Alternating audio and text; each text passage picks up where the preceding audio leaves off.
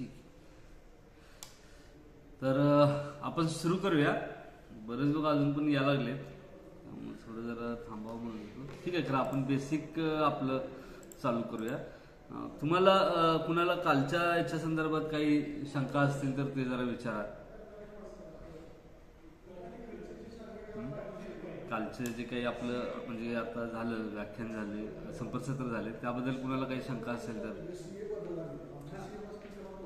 काही शंका असेल तर जरा विचारा.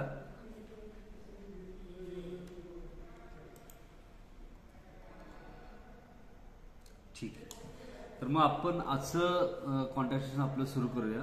हां, जसं आपण काल जे आपण पेपर पाहतोय 302 क्रमांकाचा जो पेपर आहे आपला, हां, तर त्यामध्ये आपण 19व्या शतकाची 19व्या शतकाचा वारसा आणि त्याच्यानंतर आपण पाहिलं की 1919 पर्यंत जगाची नेमकी जगामध्ये कशी परिस्थिती होती. हां, आणि त्यामध्ये आपण मग पहिल्या महायुद्धाचा वगैरे आणि त्याच्या परिणामांचा, रशियन राज्यक्रांतीचा, या सगळ्या गोष्टींचा आपण चर्चा कालच्या कॉन्टॅक्ट सेशनमध्ये केली. ठीक. तर आता आपण जे पाहणार आहोत, आजच्या कॉन्टॅक्ट सेशनमध्ये आपण 2 युनिटवर चर्चा करायची आहे. म्हणजे 2 लेक्चर आपण जोडून घेतोय, तर 2 युनिटवर आपण चर्चा करणार आहोत. आणि त्यामध्ये पहिलं जे तिसरं युनिट आहे, मी स्क्रीन शेअर करतो म्हणजे तुम्हाला पाहता येईल थोडं.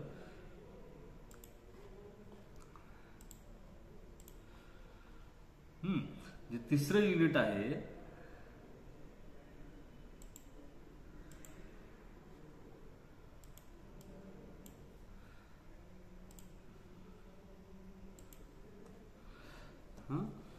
World between 2 Wars. म्हणजे 2 युद्धांच्या दरम्यानचं जगाचं नेमकी काय परिस्थिती होती त्याचा अभ्यास आपल्याला या युनिटमध्ये करायचा आहे. म्हणजे 2 महायुद्ध, म्हणजे पहिलं महायुद्ध आणि दुसरं महायुद्ध, याच्या दरम्यानच्या काळात जगामध्ये नेमकं काय बदल घडले किंवा काय घटनाक्रम झाला याची चर्चा आपण या युनिटमध्ये करणार आहोत. ठीक आहे. आणि याच्यातले जे मेन पॉइंट आहे त्याच्यामध्ये आहे की लीग ऑफ नेशन, त्याचं सक्सेस आणि त्याचं फेल्युअर, त्याचं काय यश असेल तर यश काय किंवा त्याचं अपयश काय आलं त्या संदर्भात. त्यानंतर आहे ग्रेट डिप्रेशन, त्याची कारणं आणि कॉन्सिक्वेन्सेस म्हणजे परिणाम.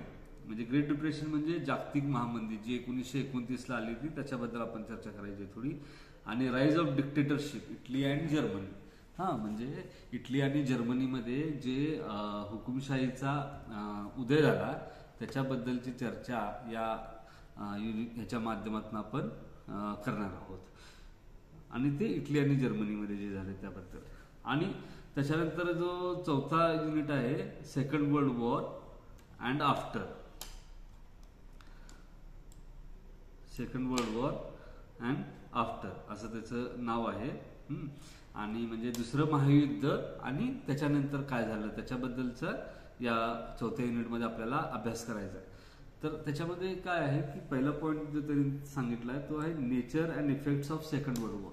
म्हणजे दुसऱ्या महायुद्धाचा नेमकं स्वरूप काय होतं आणि त्याचा काय परिणाम झाला याचा आढावा आपल्याला या युनिटमध्ये, चौथ्या युनिटमध्ये घ्यायचा आहे. म्हणजे एक गोष्ट लक्षात घ्या, पहिल्या युनिटमध्ये आपण दुसऱ्या युनिटमध्ये ज्यावेळी आपण चर्चा केली त्यावेळी पहिल्या महायुद्धाचं पण स्वरूपाचं पण चर्चा केली. म्हणजे त्या काळामध्ये ज्या तंत्रज्ञानात ज्या पद्धतीचे बदल झाले होते आणि त्याच्यामुळं ते युद्ध किती दाहक झालं त्याबद्दल आपण चर्चा केली होती.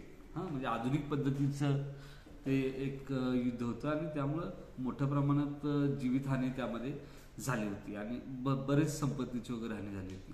पण दुसरं महायुद्ध ज्यावेळी घडलं त्यावेळी तंत्रज्ञान इतकं मोठ्या प्रमाणात बदललेलं होतं, तंत्रज्ञानाची इतकी मोठी प्रगती झाली होती की त्यामुळे ती खूपच डिस्ट्रक्टिव्ह होतं. म्हणजे खूप मोठ्या प्रमाणात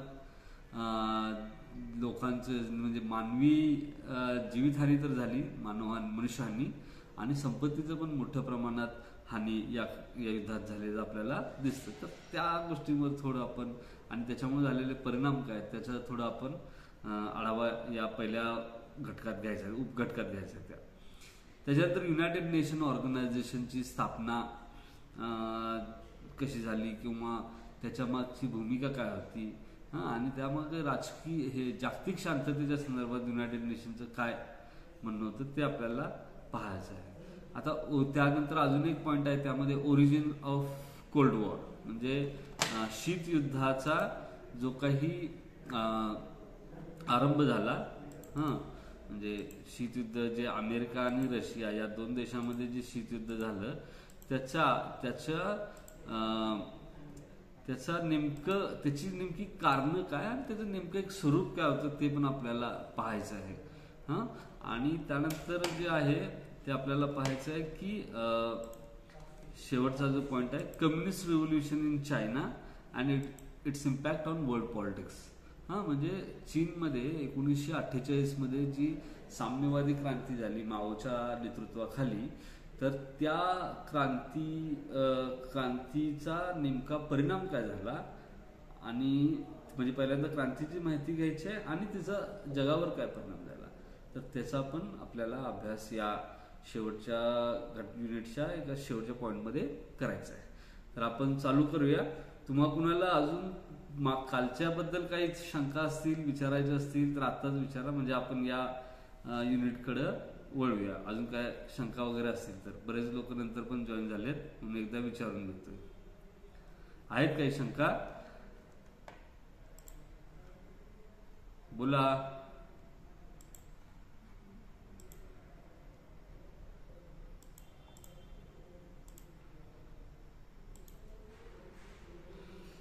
नाही आहेत?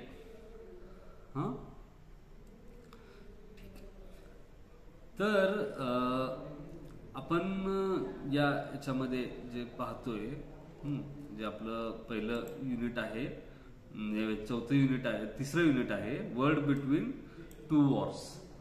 तर यामध्ये जे लीग ऑफ नेशन, म्हणजे आपण कालच्या लेक्चरमध्ये आपण पाहिलं की 19व्या शतकामध्ये राष्ट्रवादाचा उदय झाला, वाढ झालं आणि आत्यंतिक राष्ट्रवाद, ज्याला आपण एक कट्टर स्वरूपाचा राष्ट्रवाद जो आहे त्याचा कसं युरोपमध्ये प्रसार झाला आणि त्यामुळं कसं राष्ट्रामध्ये शत्रुत्व निर्माण झालं, तणाव निर्माण झाला, याची आपण माहिती घेतली होती. त्याचबरोबर जी साम्राज्यवादाची वाढ झाली युरोपमध्ये, ज्या पद्धतीनं भांडवलशाहीचा आणि औद्योगिकरण झालं आणि भांडवलशाहीचा विकास झाला, त्यामुळं वसाहतींची आवश्यकता निर्माण झाली आणि वसाहती मिळवण्याच्या आवश्यकतेतून आणि त्या संदर्भातल्या तणावातून म्हणजे वसाहतीसाठी युद्ध झाली, एकमेकांच्या वसाहती जिंकून घेण्यासाठी, दुसऱ्यांच्या वसाहतीवर कब्जा मिळवण्यासाठी, नवीन वसाहती मिळवण्यासाठी, अशा पद्धतीची बरीच युद्ध जी आहेत ती या युरोपियन राष्ट्रांनी एकमेकांशी केली. आणि त्यातून मग आपल्याला असं दिसतंय की 19व्या शतकाच्या उत्तरार्धामध्ये आपल्याला साम्राज्यवादाचा मोठ्या प्रमाणात विकास झाल्याचा, वाढ झाल्याचं ते आपल्याला दिसून येतं.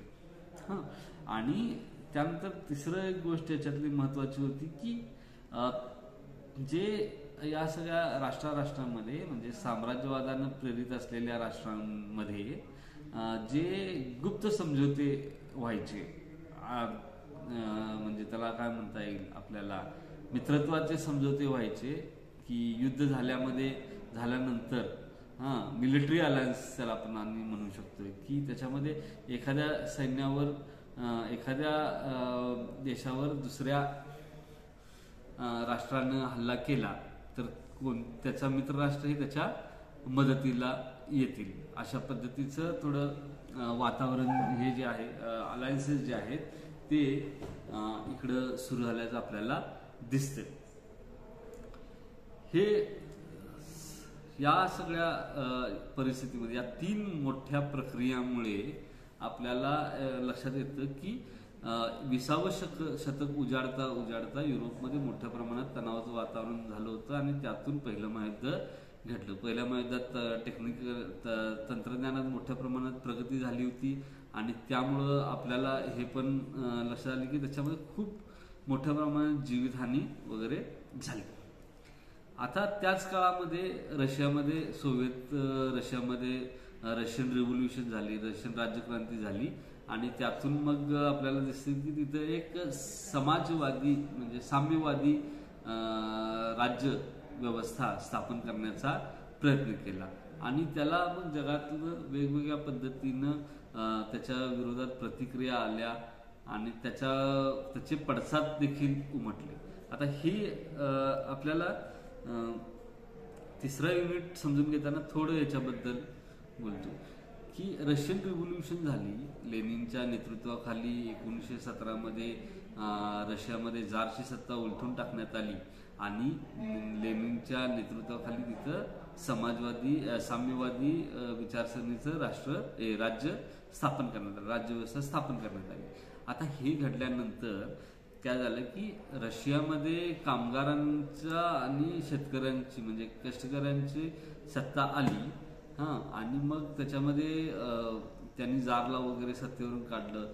त्यामुळे काय झालं की ही साम्यवादी विचारसरणी ही भांडवलशाहीच्या विरोधातली विचारसरणी आहे अशी धारणा असल्यामुळं युरोपमध्ये मोठ्या प्रमाणात युरोपच्या राज्यकर्त्या वर्गामध्ये आणि भांडवलदारांमध्ये आणि मध्यम वर्गामध्ये मोठ्या प्रमाणात साम्यवादी विचारसरणीच्या विरोधात भीती निर्माण झाली आणि त्यामुळं काय झालं की साम्यवादी विचारसरणीच्या प्रसाराला कसं रोखता येईल याच्या संदर्भात या लोकांनी विचार करण्यास सुरुवात केली आणि त्या हिशोबानं इतर काही ज्या शक्ती दरम्यानच्या काळात उदयाला येतील, विचारसरणी उदयाला येतील त्यांना मदत करण्याचा म्हणजे एक धोरण या सत्तांनी अवलंबलं आणि हे आपल्याला नंतर आपण ज्यावेळी या युनिटमध्ये इटली आणि जर्मनीतल्या फॅसिस्ट विचारसरणीच्या उदयाच्या बद्दल चर्चा करू त्यावेळी त्याच्याबद्दल आपण चर्चा करणार. तर हे एक मोठी गोष्ट घडली होती म्हणजे युरोपमधल्या राष्ट्रांमधलं एकमेकांचं साम्राज्यवादी स्पर्धा वसाहतींसाठीची वसाहतवादी दृष्टिकोनातून त्यांचं जे काही आशिया, आफ्रिका आणि अमेरिकेमध्ये जे काही त्यांचे शोषण ते करत होते ते तर चालू होतच, पण त्याचबरोबर त्यांच्या स्वतःमध्ये साम्राज्यवादामुळे मोठ्या प्रमाणात स्पर्धा निर्माण झाली होती, युद्ध होण्याची परिस्थिती निर्माण झालेली होती आणि ते सगळं होत असताना म्हणजे युद्ध होतच होती ते सगळं होत असताना रशियामध्ये कष्टकऱ्यांची क्रांती झाली आणि त्याची भीती या सगळ्या युरोपच्या देशांना वाटू लागली आणि त्यानंतर मग जशी जशी परिस्थिती बदलत गेली म्हणजे दुसऱ्या महायुद्धाकडे जगाची वाटचाल सुरू झाली त्यावेळी रशियाबद्दल काय धोरण अवलंबायचं याच्यामधून या देशांमध्ये नेमकं काय खल झाला ते पण आपल्याला चर्चा करता येईल. तर आता जे आपण पाहतोय की पहिलं महायुद्ध संपलं म्हणजे 1914 मध्ये हे महायुद्ध सुरू झालं आणि 1918 पर्यंत ते लांबलं. जसं मी म्हटलं की स्टॉलमेंट म्हणून एक संकल्पना मिलिटरी हिस्ट्रीमध्ये वापरली जाते. त्याच्यामध्ये काय असतं की सैन्य आता भिडतायत, युद्ध वगैरे चालू आहे, खरं युद्धाचा निकाल काही लागत नाही झाले, ना शत्रूचा पराभव होतोय, ना त्याला तो माघार घेतोय, ना तो चढाई करू शकतोय. म्हणजे शत्रूला पण इतकं हे झालेलं आहे की त्याला पण चढाई करता येत नाही, हल्ला करता येत नाही. त्यामुळे युद्ध जैसे ती परिस्थिती जी युद्धाची झाली होती आणि अशी 2-3 वर्ष ती परिस्थिती राहिली आणि यातून मग जर्मनीकडनं बरेच हल्ले करण्याचा प्रयत्न झाला आणि त्यात त्याचं खूप मोठ्या प्रमाणात नुकसान झालं आणि मग त्यामुळं युद्धाचं पारडं थोडं फिरलं आणि जर्मनीला शरणागती पत्करावी लागली, जर्मनी, ऑस्ट्रिया आणि तुर्कस्तानला. तर हे सगळ्या गोष्टी ज्या आहेत ते या काळात घडल्या आणि त्यामुळं पहिलं महायुद्ध जे आहे ते संपलं आणि जर्मनी, ऑस्ट्रिया आणि तुर्कस्तान यांनी संपूर्ण शरणागती जी आहे ती स्वीकारली. आता ही जी शरणागती आहे ही याचा एक तुम्हाला मी किस्सा सांगतो म्हणजे तुम्हाला लक्षात येईल की नेमकं एकाच गोष्टीतनं दुसऱ्या म्हणजे इतिहासामध्ये काय असतं की सगळ्या गोष्टी या आपण तुकड्या तुकड्यात नाही पाहू शकत. बऱ्याचदा कसं असतं की एक गोष्ट घडलेली असते, त्यामध्ये दुसऱ्या एकामध्ये एक घटना घडलेली असते आणि त्यामध्ये मुळातच दुसऱ्या घटनेची बीज असतात आणि या घटना कनेक्टेड असतात. म्हणजे पहिलं महायुद्ध हे या सगळ्या साम्राज्यवादामुळं घडलं आणि साम्राज्यवादानं आता हे सगळं समजा म्हणजे ज्या गोष्टी बोलून सोल्युशन ज्यांचं निघत नाही त्याचं हे राष्ट्र म्हणजे मोठ्या पातळीवर काय करतात की ते युद्धाच्या माध्यमातून सोडवणूक बळाचा वापर करून सोडवण्याचा प्रयत्न केला जातो आणि तो प्रयत्न हा पहिल्या महायुद्धाच्या दरम्यान झाला. असं होऊन देखील काय आणि ते सोडवणूक केल्यानंतर ह्या शरण आलेल्या राष्ट्रांना व्यवस्थित वागणूक न दिल्यामुळं त्यांच्यावर अत्यंत अपमानकारक तह लागल्यामुळं पहिल्या महायुद्धाच्या जी काही नंतर जे शांततेसाठी वाटाघाटी झाल्या, व्हिएन्ना परिषद असं त्याला वर्साचे जो तह आहे त्यामध्येच मुळात या पद्धतीनं दुसरं महायुद्ध होईल अशा गोष्टी तिथं घडल्या आणि ते आपल्याला असं दिसतं की नंतरच्या काळात त्याच गोष्टींचं भांडवल करून जर्मनीनं युद्ध पुकारलं होतं. तर ते आपण ओघात आपण चर्चा करूच. तर ते तह करताना नेमकं जर्मनीच्या बद्दल काय झालं होतं की जर्मनीनं संपूर्ण शरणागती पत्करल्यानंतर जर्मनीचे जे काही अधिकारी होते जे यासाठी शरण आले होते तर त्यांना एका रेल्वेच्या डब्यामध्ये ती शरणागती जर्मनीची स्वीकारली गेली होती. म्हणजे एक फ्रान्सचा रेल्वेचा डबा होता फ्रान्समधला आणि तिथं त्यांना बोलवलं गेलं आणि तिथं त्यांची त्यावर सही केली होती आणि जर्मनीचं प्रचंड लष्करी त्याची जी शक्ती आहे, त्याची आर्थिक शक्ती आहे, त्याची मिलिटरीच्या अंगानं उत्पादन करण्याची जी शक्ती आहे, त्याचं नौदल जे होतं, जर्मनीचे जी सैन्य होतं याचं प्रचंड खच्चीकरण करण्यात आलं आणि त्यांच्या विरोधात मोठी युद्धखंडणी जी आहे ती लादण्यात आली होती. तर अशा पद्धतीचा तो तह झाला होता. तुर्कस्तानचे अनेक तुकडे करण्यात आले. तुर्कस्तानचा बराच प्रदेश हा इंग्लंड फ्रान्स यांनी आपल्या कब्जात घेतला. काही भागांना स्वातंत्र्य दिलं आणि नवीन राष्ट्र निर्माण केली. ऑस्ट्रेलिया हंगेरीचं साम्राज्य होतं त्याचं देखील अशीच हालत करण्यात आली. तर हे सगळं घडलं होतं. तर आता हे झाल्यानंतर मुळात या सगळ्या युद्धामध्ये अमेरिका जो आहे तो नंतरच्या काळात आला होता. तुम्ही जर वाचलं असेल पहिल्या महायुद्धाच्या संदर्भात लुसिटानिया नावाची जी बोट होती ज्याच्यावर अमेरिकन प्रवासी होते ती जर्मन पाणबुड्यांनी बुडवली होती. पाणबुडी हल्ला करून ती बुडवण्यात आली होती आणि त्यानंतर अमेरिकेनं या युद्धामध्ये भाग घेतला होता. तर अमेरिका युद्धात आल्यानंतर अमेरिकेची जी सगळी सैन्य शक्ती आहे त्याची चांगली मदत इंग्लंड फ्रान्स या देशांना झाली आणि त्यातून जर्मनी, ऑस्ट्रिया आणि ऑटोमन तुर्कस्तान यांचा पराभव झाला. तर हे म्हणजे याच्यामध्ये अमेरिका ही युद्धात नंतरच्या काळात उतरली आणि प्रचंड शक्तीनं उतरली. त्यामुळे अमेरिकेची या सगळ्या युद्ध संपल्यानंतर अमेरिकेची भूमिका जी आहे ती या शांततेच्या वाटाघाटीमध्ये मध्यवर्ती ठिकाणी आली आणि अमेरिकेचे जे त्यावेळेचे राष्ट्राध्यक्ष होते वुड्रो विल्सन, म्हणजे त्याच्या आधी थिओडोर रुझवेल्ट हे राष्ट्राध्यक्ष होते. त्यांची मध्येच मृत्यू झाल्यानंतर वुड्रो विल्सन हे तिकडं आले. तर वुड्रो विल्सन जे आहेत ते थोडं शांततावादी विचारसरणीचे होते आणि वुड्रो विल्सननी काय केलं की आता जर महायुद्ध संपलेलं आहे तर जगातल्या जे सगळी राष्ट्र आहेत, युरोपातली राष्ट्र आहेत, त्यांनी जगातले राष्ट्र म्हणण्यापेक्षा कारण मुळात जगातले बरेच राष्ट्र हे या युरोपियन राष्ट्रांचे गुलामच होते, त्यांच्यावर त्यांची सत्ता होती. त्यामुळे मुळात युरोपातले जे राष्ट्र आहेत तर त्यांच्यामध्ये जे काही तणाव आहे त्या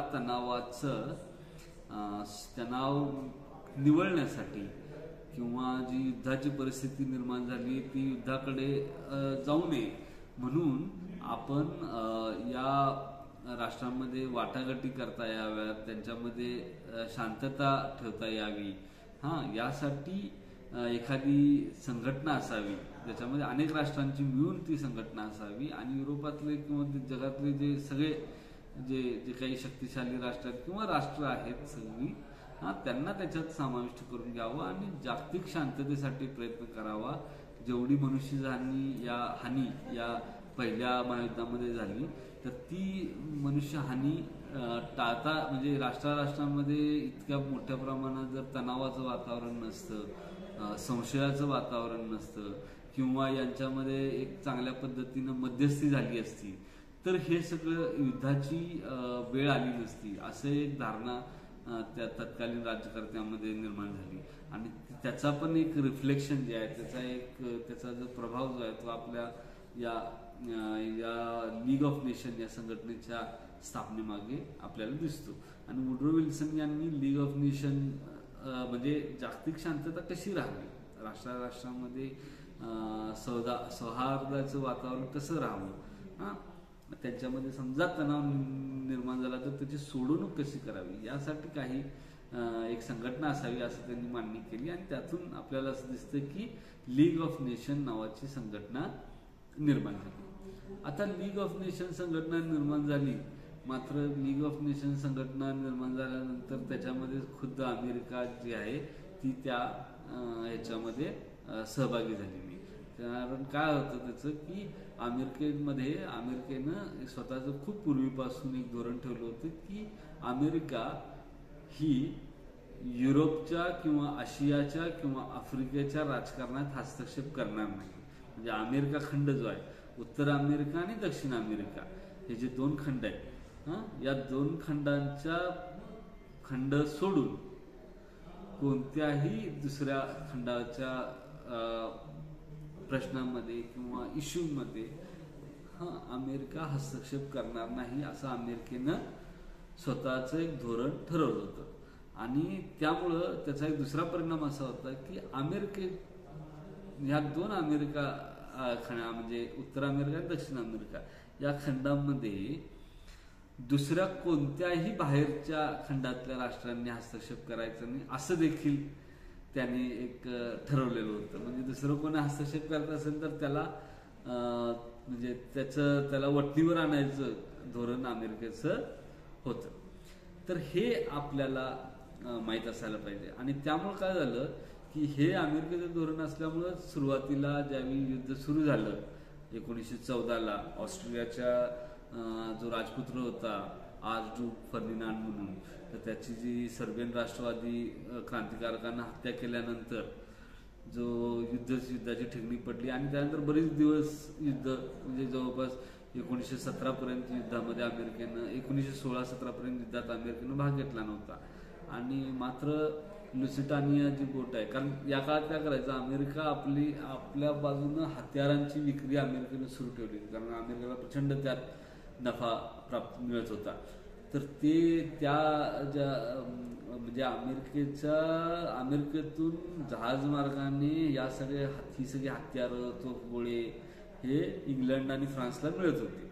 आता ते मिळवू नयेत म्हणून आणि इंग्लंड आणि फ्रान्सची नाकेबंदी करायची वेगवेगळ्या मार्गाने म्हणून जर्मनीनं आपल्या पाणबुड्यांच्या माध्यमातून दिसेल ते जहाज बुडवण्याचा सपाटा लावला.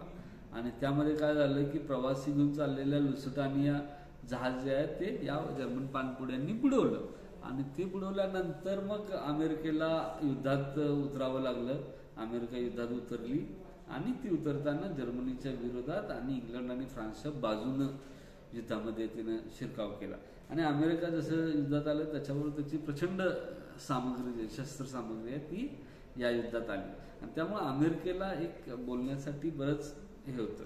पण हे असून देखील लीग ऑफ नेशन सारखी संघटना असावी असं म्हणून देखील अमेरिका या लीग ऑफ नेशनमध्ये स्वतः सामील झाली नाही.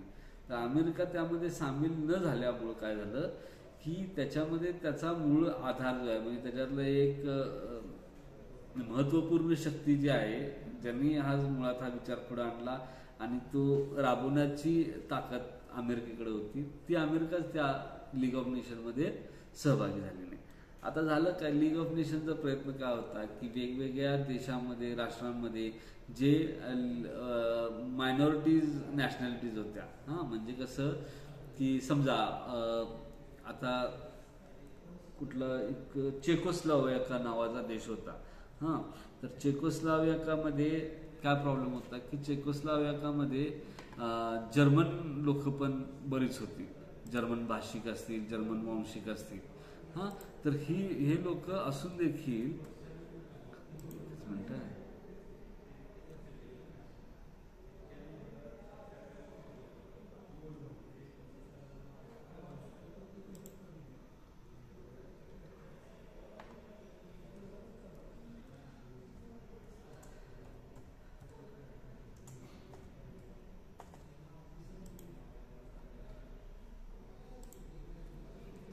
तर ही जर्मन लोक जे होते त्या जर्मन लोकांना, चेकोस्लोवाकियामधल्या जर्मन लोकांना जर्मनीमध्ये सामील व्हायचं, पण चेकोस्लोवाकियातनं त्यांना त्या जर्मनीमध्ये सामील होता येत नव्हतं.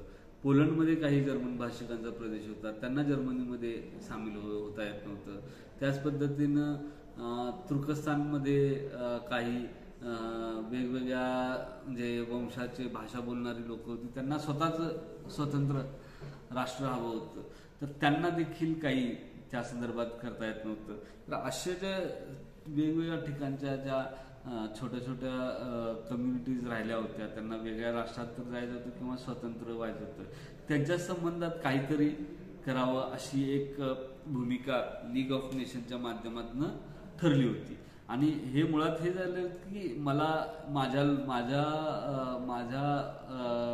म्हणजे आमचं जे राष्ट्र आहे तशी राष्ट्रीयता, नॅशनॅलिटीज असलेली ते लोक ही शेजारच्या राष्ट्रामध्ये मायनॉरिटी म्हणून आहेत, त्यामुळे त्याला आमच्या याच्यात सामील करून घ्यायला हवं काय. तर अशा विचारातनं मग हे युद्धाचं कारण ठरायचं आणि त्यातनं तणाव वाढायचा आणि युद्ध व्हायची.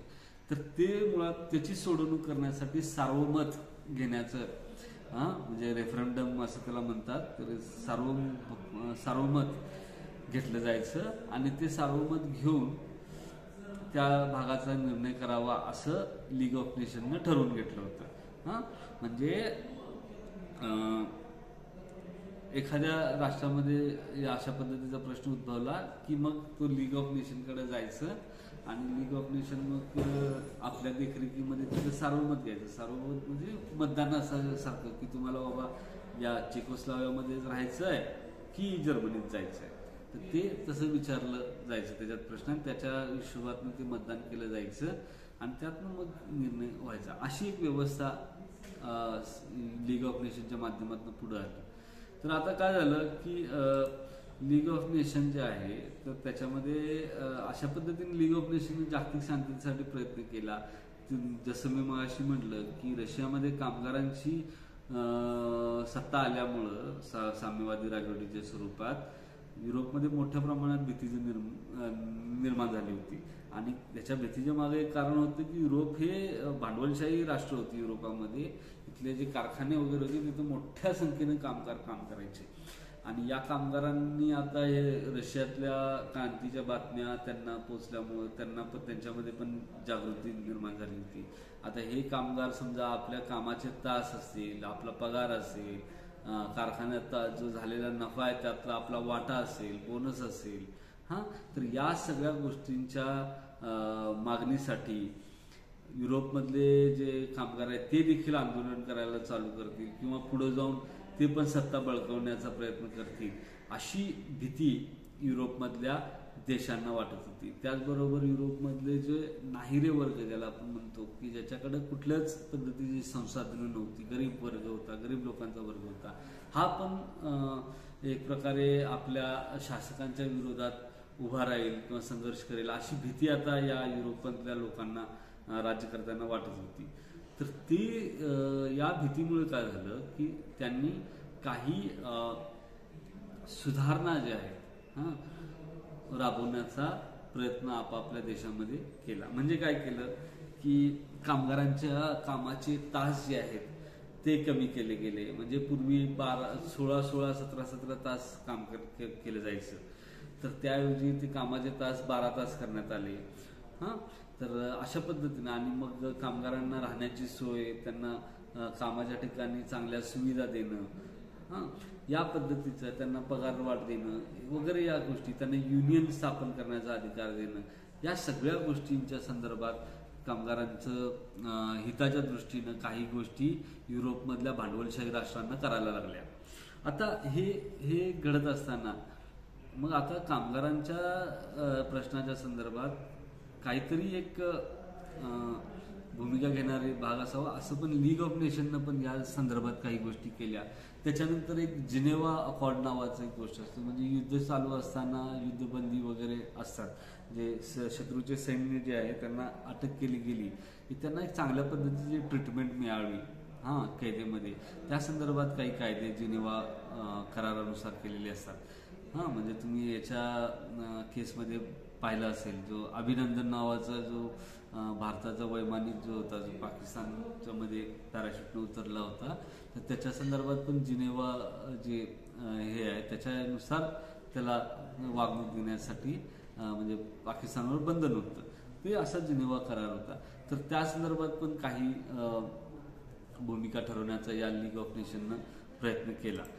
तर हे सगळं या लीग ऑफ नेशनच्या माध्यमातून गोष्टी होत होत्या.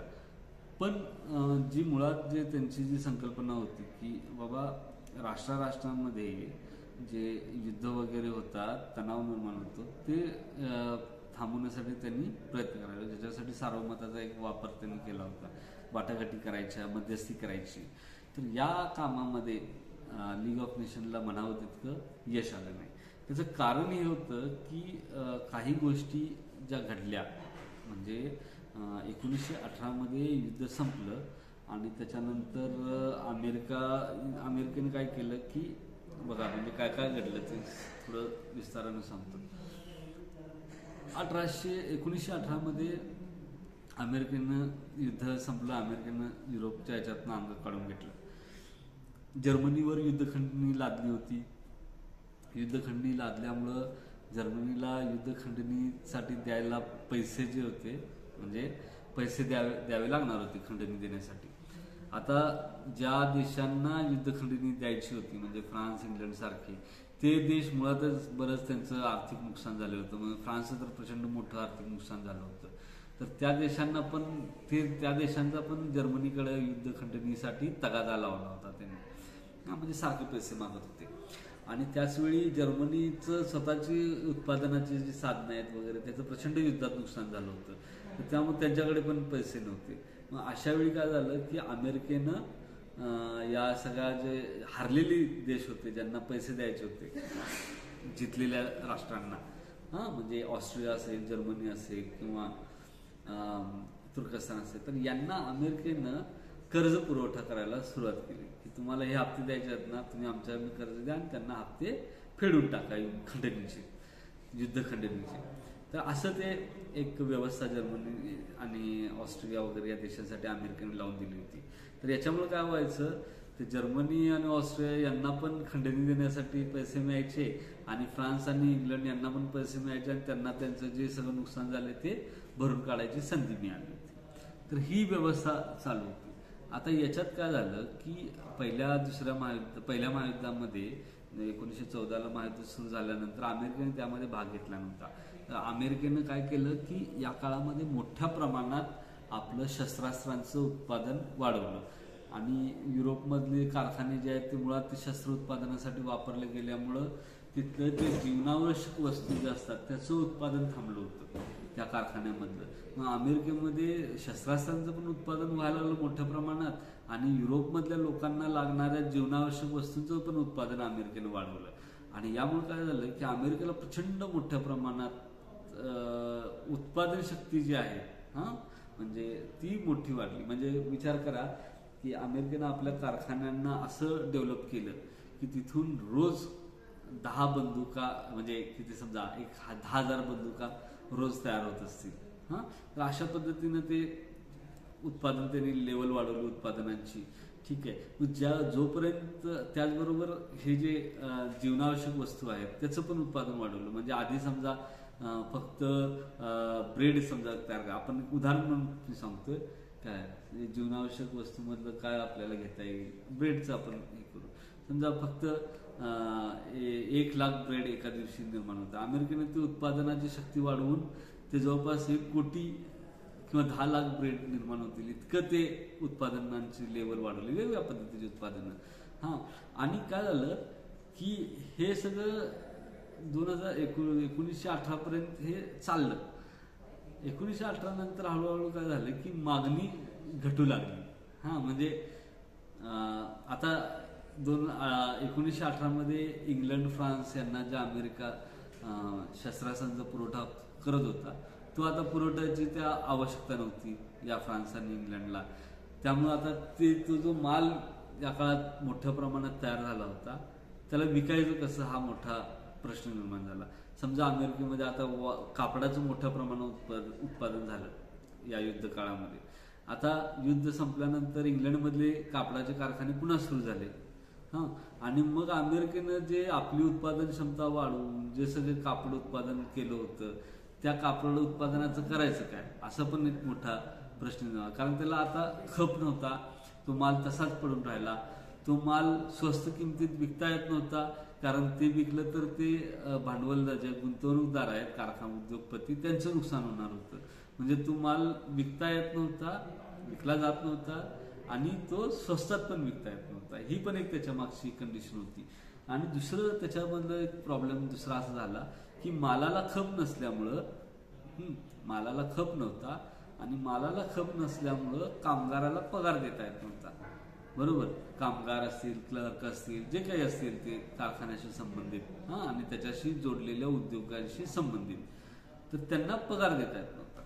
बरोबर, म्हणजे काय झालं की कामगारांनी जे काही क्लर्क वगैरे जी काम करणारे लोक आहेत अमेरिकेतले, मोठा एक वर्ग आहे, त्यांच्या खिशात पैसा कमी झाला. आता त्यांच्या खिशात पैसा कमी झाल्यामुळं अमेरिकेच्या अंतर्गत बाजारपेठेमध्ये ज्या वस्तूंचे हे कापड जे विकलं जायचं अंतर्गत बाजारपेठेमध्ये, त्याचा जो रेग्युलर खर्च होता तो पण कोलमडायला सुरुवात झाली, तो पण कमी व्हायला लागला, खप कमी व्हायला लागला त्याचा. म्हणजे एकातून एक संकट निर्माण होत गेली. हां, म्हणजे मुळात बाहेर विकणारा मालाचा खप पहिल्यांदा कमी झाला, त्याचा परिणाम म्हणून ते कामगारांचा पगार कमी झाला. कामगारांचा पगार कमी झाला तर राष्ट्रांतर्गत जे कापड वगैरे जे विकलं जायचं त्याचा पण खप कमी झाला. आणि मग मुळात पुन्हा ते एक म्हणजे कसं खोलात पाय रुतत जातो की नाही वाळूमध्ये किंवा दलदलीत, तसं तो प्रकार व्हायला सुरुवात झाली. आता हे घडल्यानंतर मग कामगारांचं पण पगार म्हणजे हे झालं. त्याच्यामुळे काय झालं की डॉलर्स जे आहेत, हां, त्याची किंमत पडझड व्हायला चालू झाली, त्याची किंमत पडायला चालू झाली. आता काय होतं की हे लोक काय करायचे, यांनी जे खर्च ठरवून घेतला होता, हां, की जर्मनीनं फ्रान्सला युद्धखंडणी द्यायची, हां, आणि मग त्याच्यामुळे काय झालं की डॉलर्सचा वगैरे दर घसरल्यामुळे जर्मनीनं जे काही त्यांच्याकडं जे सगळं त्यांचे नोटा होत्या ते मोठ्या प्रमाणात छापल्या आणि ती त्यांना देण्यास सुरुवात केली, म्हणजे फ्रान्सला देण्यास सुरुवात केली. हां, तर त्यामुळे काय झालं की जे ज्या पैशांना किंमत नाही अशा पैशांची मोठी वाढ झाली. जसं आत्ता तुम्ही जर बातम्या नीट टॅकल करत असाल तर श्रीलंकेमध्ये तशी परिस्थिती निर्माण झाली. म्हणजे आता तिथं समजा जे आपल्याकडे 30 रुपयाला वगैरे वांगी मिळते, समजा 30 रुपये पावशेर वगैरे, हां, ती श्रीलंकेमध्ये पण त्या 30 किंवा 40 रुपये असं श्रीलंकेतले चलन जे आहे त्या हिशोबाने मिळत होती. पण सध्या जी परिस्थिती आहे त्याच्या हिशोबाने 300-350 रुपये श्रीलंकेतले दिले तरच ते मिळते. म्हणजे इतक्या मोठ्या प्रमाणात ते चलनाचं अवमूल्यन तिथं झालेलं आहे.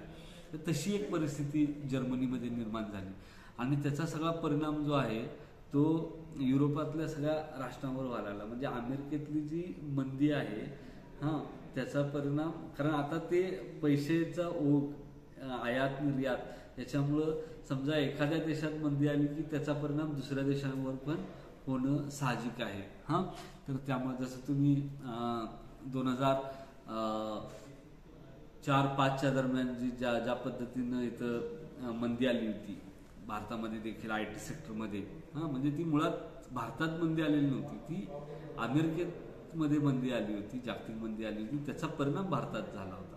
तर तशा पद्धतीनं हे 1929ला जी जागतिक महामंदी आली त्याचा परिणाम हा जगावर झाला. आणि तो जो परिणाम होता त्याच्यातनं कसं झालं की लोकांचे उपासमार, लोकांचं दारिद्र्य वाढलं आणि लोकांच्या त्यामध्ये मोठ्या प्रमाणात असंतोष निर्माण झाला.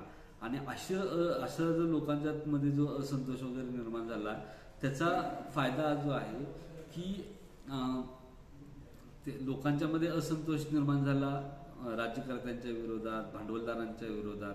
तर त्याच्यासमोर मग एक मार्ग दिसतो, तो साम्यवादी विचारसरणीचं त्यांना आकर्षण वाटायला लागतं की त्यांना असं वाटतं की हा जो संपत्तीतला वाटा आहे, सत्तेतला वाटा आहे, तो आपल्याला पण मिळावा असं मग त्यांना वाटायला लागतं. तर अशा वेळी काय होतं की युरोपमधल्या रशियातल्या साम्यवादी विचारसरणीचा धोका या भांडवलशाही राष्ट्रांना होताच, म्हणजे युरोपातल्या राष्ट्रांना. पण त्याचवेळी मग काय झालं की या समस्येने ग्रासलेल्या देशांमध्ये, म्हणजे इटली आणि जर्मनी असेल, या 2 देशांमध्ये आपल्याला असं दिसतं की मुळात सांगताना समाजवादी विचारसरणी असलेली विचारसरणी म्हणजे सांगताना दिसताना समाजवादी दिसते, म्हणजे कामगारांच्या बद्दल दिसते किंवा म्हणजे त्यांना काही अधिकार मिळावेत म्हणून असं करताना दिसते, किंवा कामगारांच्या बद्दल जास्त करून पुढं काय होतं की ते राष्ट्रवादी दृष्टिकोनातून असं सांगतं की आत्ताची बिकट परिस्थिती आहे आपल्या राष्ट्राची आणि आपलं जे मूळचं राष्ट्र आहे ते किती गौरवशाली होतं, आपला मूळचा गौरवशाली इतिहास होता आणि हा राष्ट्राचं जे गौरवशाली स्थान आहे ते आपण पुन्हा प्रस्थापित करू, असं एक आत्यंतिक राष्ट्रवादी विचारसरणीचा पण याच्यामध्ये उदयाला येतो. आणि आपण आपल्या राष्ट्राला पुन्हा त्या गौरवाच्या स्थानावर नेऊ. आणि त्यामुळे काय होईल की आपल्या राष्ट्राचं जे बाकी सगळे जे लोक आहेत त्यांचं पण चांगलं होईल, त्यांचं पण राहणीमान, जीवनमान उंचावेल, असं ती मांडणी या विचारसरणीच्या माध्यमातून केली झाली. आणि या विचारसरणीला सुरुवातीच्या काळात त्या देशातल्या भांडवलदार, कारखानदार यांनी मदत केली. आणि ती मदत का केली की तिथं जे या देशामध्ये जे साम्यवादी विचारसरणीचे जे कामगारांची युनियन वगैरे होते तर त्यांना कंट्रोलमध्ये ठेवण्यासाठी, त्यांचे संप मोडून काढण्यासाठी यांचा उपयोग केला गेला. तर यातून आपल्याला असं दिसतं की हे जे म्हणजे जागतिक महामंदी आणि हे जे सगळं झालं त्याच्या परिणामस्वरूप आपल्याला फॅसिस्ट विचारसरणीचा युरोपमध्ये मोठ्या प्रमाणात वाढ झाल्याचं आपल्याला दिसतं. आणि या फॅसिस्ट विचारसरणीचा सुरुवातीच्या काळात भांडवलदारांनी चांगल्या पद्धतीनं उपयोग करून घेतला, कारण त्यांना साम्यवादी विचारसरणीचा प्रभाव जो आहे, जी विचारसरणी मुळात भांडवलशाही विरोधी विचारसरणी, त्याचा प्रभाव रोखायचा होता. तर त्यासाठी त्यांनी या माध्यमातून प्रयत्न केले.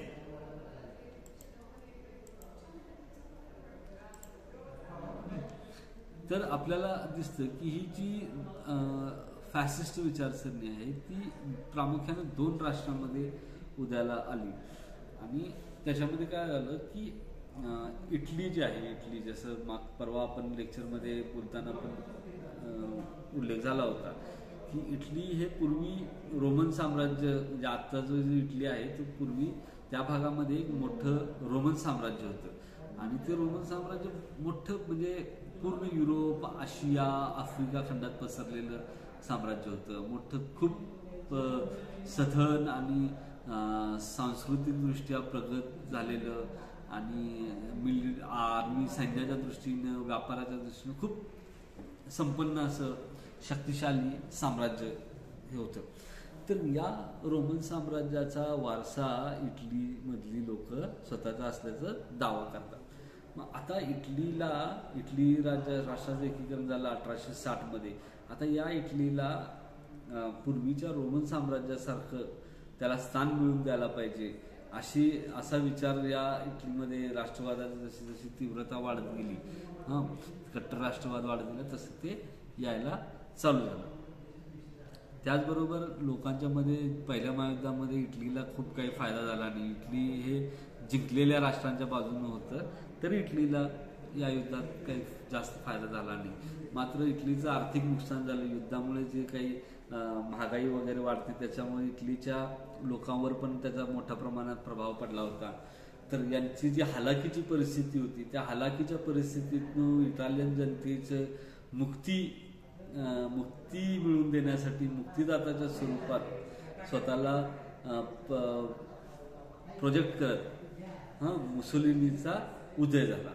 तर बेनिटो मुसोलिनी हा म्हणजे इटालियन होता आणि त्याचा याच्यामधून उदय झाला. आणि मग मुसोलिनीनं आपलं वेगवेगळ्या साथीदारांच्या मदतीनं पहिल्यांदा या युनियन्स मोडून काढल्या. भांडवलदारांनी त्याला, इटलीमधल्या कारखानदारांनी, व्यापाऱ्यांनी त्याला मदत केली, पैसा पुरवला आणि ते हे सगळे संप मोडून काढले, युनियन मोडून काढल्या.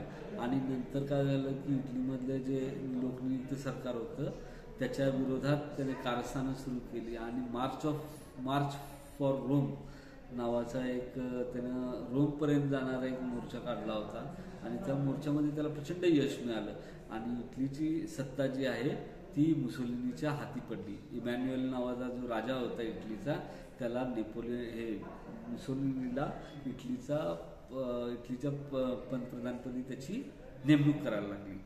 तर अशा पद्धतीनं आपल्याला असं दिसतं की इटलीमध्ये फॅसिस्ट विचारसरणीचा उदय झाला. मुसोलिनीची जी विचारसरणी तिला फॅसिस्ट विचारसरणी असं म्हणतात. तर त्याची मुख्य वैशिष्ट्य काय की सर्व सत्ता जी आहे ती एका व्यक्तीच्या हाती असायला हवी, हा एक त्याच्या मागे मूळ विचार होता. साम्यवादी विचारसरणीला विरोध करायचा हा दुसरा विचार होता.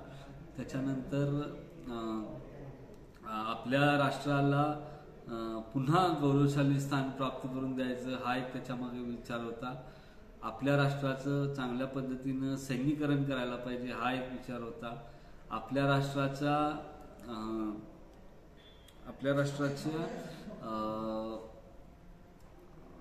जे काही म्हणजे राष्ट्राचा त्याला सैनिकीकरण हे करायचं आणि त्या राष्ट्राच्या सैनिकीकरणासाठी लोकांचं म्हणजे सक्तीचं सैन्य प्रशिक्षण जे आहे ते लागू करायचं. त्याच्यानंतर सैन्याला प्रगत करायचं, ॲडव्हान्स करायचं आणि आपली जी काही म्हणजे आपल्या राष्ट्राचा राज्य म्हणजे विस्तार पण करायचा.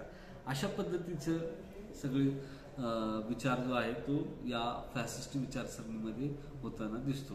आणि मग त्यासाठी कसं आहे, ही उद्दिष्ट साध्य करण्यासाठी दमनाचा मार्ग वगैरे ते वापरायचे. म्हणजे वृत्तपत्रांवर बंदी, त्यांना गुप्त पोलिसांच्या मार्फत त्यांचं दमन करणं असेल, ह्या सगळ्या गोष्टी या फॅसिस्ट राजवटीमध्ये केल्या गेल्या. तर ते आपल्याला इटलीमध्ये झालेलं दिसतं. त्याच्यानंतर दुसरं असाच प्रकार जो आहे नॅशनल सोशलिस्ट म्हणून स्वतःला म्हणत नाझी पार्टी जी आहे त्याच्या माध्यमातून हिटलरनं हे सगळं जर्मनीमध्ये केलं. जर्मनीमध्ये पण जर्मनीचा मोठा पराभव झाला होता पहिल्या महायुद्धामध्ये आणि जर्मनीचा पराभव झाल्यानंतर जर्मनीवर मोठ्या प्रमाणात अपमानजनक तह लादला गेला, मोठ्या प्रमाणात खंडणी लादली गेली आणि हे सगळं जर्मनीच्या लोकांना अत्यंत अपमानास्पद वाटत होतं. आपला मोठ्या प्रमाणात अपमान केले गेले असं जर्मनीच्या लोकांमध्ये भावना निर्माण झाली होती. आणि या भावनेचा म्हणजे हे झालेल्या अपमानाचा जर्मनीला बदला घ्यायचा आहे जर्मन लोकांना, तर ती जी भावना आहे त्या भावनेचा वापर करून हिटलरनं जर्मनीमध्ये सत्ता मिळवण्यासाठी प्रयत्न सुरू केले. आणि यातून मग सगळ्या जर्मन लोक हे श्रेष्ठ वंशाचे आहेत, आर्य नॉर्डिक वंशाचे आहेत. ते जगावर राज्य करण्यासाठी त्यांचा जन्म झालेला आहे. ते श्रेष्ठ दर्जाचे असतात असा एक वांशिक दृष्टिकोन पण हिटलरनं आपल्या विचारसरणीतनं नाझी विचारसरणीतनं पुढं केला. आणि यातून मग जर्मन राष्ट्र म्हणजे त्याला तो म्हणायचा की थर्ड राईच असं त्याला म्हणलं जायचं. म्हणजे पहिलं साम्राज्य, तिसरं साम्राज्य. म्हणजे पहिलं साम्राज्य म्हणजे फेडरिक, जर्मनीचा फेडरिक द ग्रेट याचं साम्राज्य, याने निर्माण केलेलं साम्राज्य. दुसरं साम्राज्य म्हणजे बिस्मार्कांनी त्या काळचा जो राजा होता तिथलं, त्यावेळी पण एक फेडरिक विल्यम नावाचा राजा होता, त्याच्या काळात झालेलं राज्य.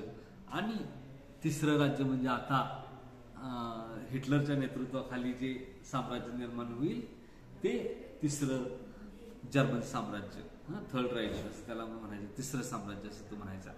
तर हे सगळ्या गोष्टींचा अशा भावनिक वातावरण निर्मितीचा आणि हिटलरनं वापर करण्यास, प्रॉपगंडा करण्यास सुरुवात केली.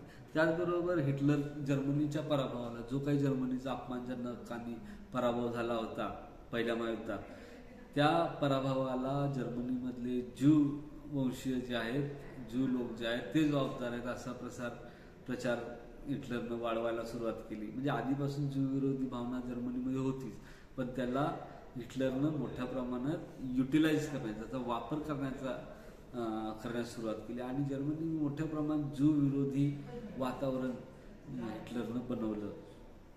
त्याचबरोबर हिटलरनं काय केलं की आपल्या गुप्त आपल्या ज्या पक्षाच्या संघटना होत्या, नाझी पक्षाच्या संघटना ज्या होत्या, त्या हत्यारबंद संघटना बनवायला सुरुवात केली. म्हणजे ते हत्यारबंद निम लष्करी असायचे, म्हणजे काठ्या बंदुका घेऊन हे सगळे त्यांचे कार्यकर्ते वावरायचे त्या संघटनेचे. म्हणजे SA नावाची त्याची संघटना होती, स्टॉर्म ट्रूपर्स म्हणून, तर ती देखील या पद्धतीनं हत्यार बाळगायची. आणि या संघटनांचा वापर करून, म्हणजे या संघटनांच्या बळाचा वापर करून आपले विरोधी पक्षातले लोक असायचे त्यांच्यावर दबाव निर्माण करायचा, त्यांना धमक्या द्यायच्या, त्यांच्या मिटिंगा असतील तर त्या मिटिंगा उधळून टाकायच्या, त्यांच्यावर हल्ले करायचे, त्यांच्या काही राजकीय नेत्यांचे खून करायचे. असले सगळे प्रकार जे आहेत, बळाचा असा जो वापर आहे की तो हिटलरनं आपल्या याच्यामध्ये नाझी पार्टीच्या आणि त्या SS संघटनेच्या माध्यमातून केला होता. आता हे जे हिटलर करत होतं हे काही पहिल्यांदा घडत नव्हतं. या पद्धतीच्या गोष्टींचा वापर जो हिटलरचा या बाबतीतला गुरु होता तो मुसोलिनीनं हे सगळं इटलीमध्ये आधीच केलं होतं. तुम्हाला जर माहीत असेल तर ब्राऊन शर्ट्स नावाची त्याची संघटना होती, ब्राऊन शर्टच बहुतेक, तर त्या ब्राऊन शर्टच्या माध्यमातून त्यांनी या पद्धतीच्या गोष्टी केल्या होत्या. तर फॅसिस्ट विचारसरणी आपल्या विरोधी विचारसरणी जी असते त्याचा पूर्णपणे नायनाट करण्याचा प्रयत्न करते. आणि तसंच तेच गोष्ट इटलीमध्ये मुसोलिनीनं आणि जर्मनीमध्ये हिटलरने केली. आणि साम्यवादी असतील, लोकशाहीवादी असतील, उदारवादी असतील, या सगळ्या विचारसरणीच्या लोकांना एकतरी देश सोडून परांगण दावायला लागलं, किंवा त्यांना जेलमध्ये जायला लागलं, किंवा त्यांच्या हत्या झाल्या. तर अशा पद्धतीचा जो आहे तो मार्ग वापरून ही ज्या हुकुमशाही आहेत त्या युरोपमध्ये प्रस्थापित झाल्या, इटली आणि जर्मनीमध्ये. सिलेबसमध्ये तुम्हाला फ्रँकोबद्दल सांगितलं नाही. स्पेनमध्ये देखील अशाच पद्धतीने हुकुमशाही राजवट आली फ्रँकोची. जो लष्करी अधिकारी होता त्यानं लोकशाही पद्धतीने निवडून आलेलं सरकार घालवून स्वतःची हुकुमशाही तिथं स्थापन केली होती. आणि त्याला मदत करणारे इटली आणि जर्मनी होते. तर हे पण त्याच काळात झालेलं होतं. जवळपास 1931 पासून 1939 पर्यंत असं 8 ते 9 वर्ष स्पेनमध्ये यादवी युद्ध सुरू होतं. आणि या स्पेनमधल्या यादवी युद्धाला फ्रँकोच्या बाजूनं हुकुमशाही राष्ट्र मदत करत होती. म्हणजे जर्मनी, इटली आणि काही भांडवलशाही राष्ट्र पण त्यांना, इंग्लंड वगैरे लोक पण त्यांना मदत करत होती फ्रँकोला. आणि दुसरीकडे फ्रँकोच्या विरुद्ध लढणारे जे साम्यवादी विचारसरणीचे लोक होते, कम्युनिस्ट विचारसरणीचे, त्यांना रशियानं काही प्रमाणात मदत केली होती. काही इंग्लंड आणि फ्रान्समधले जे डाव्या विचारसरणीचे लोक होते, कम्युनिस्ट विचारसरणीचे लोक होते, ते या फ्रँको विरोधी लढणाऱ्या कम्युनिस्टांना मदत करत होते. तुम्ही जर जॉर्ज ऑरवेलच्या पुस्तकाबद्दल ऐकलं असेल, जॉर्ज ऑर्वेलचं ॲनिमल फार्म नावाचं त्याचं पुस्तक आहे. 1984 नावाचं एक पुस्तक आहे त्याचं. जॉर्ज ऑर्वेल प्रचंड प्रसिद्ध लेखक आहे. तर हा जॉर्ज ऑर्वेल इंग्लंडचा मूळचा इंग्लिश माणूस होता. तर तो कम्युनिस्टांच्या बाजूने लढण्यासाठी स्पेनमध्ये गेला होता. तर अशा पद्धतीनं जगातले बरेच कम्युनिस्ट विचारसरणीचे कार्यकर्ते हे स्पेनमध्ये लढायला आले. आणि त्याचवेळी फ्रँकोसारख्या लष्करी राजवट आणणाऱ्या माणसाला भांडवलशाही लोकशाहीवादी सरकार जी होती ती मदत करत होती. आणि हुकुमशाही राज्य जी होती जर्मनी आणि इटली हे लोक पण राष्ट्र पण त्यांना मदत करत होते. तर असं एक प्रकारचं गोष्टी ज्या आहेत त्या इथं घडत होत्या. एकच मिनटं, मला इंटरनेटचा प्रॉब्लेम झाला.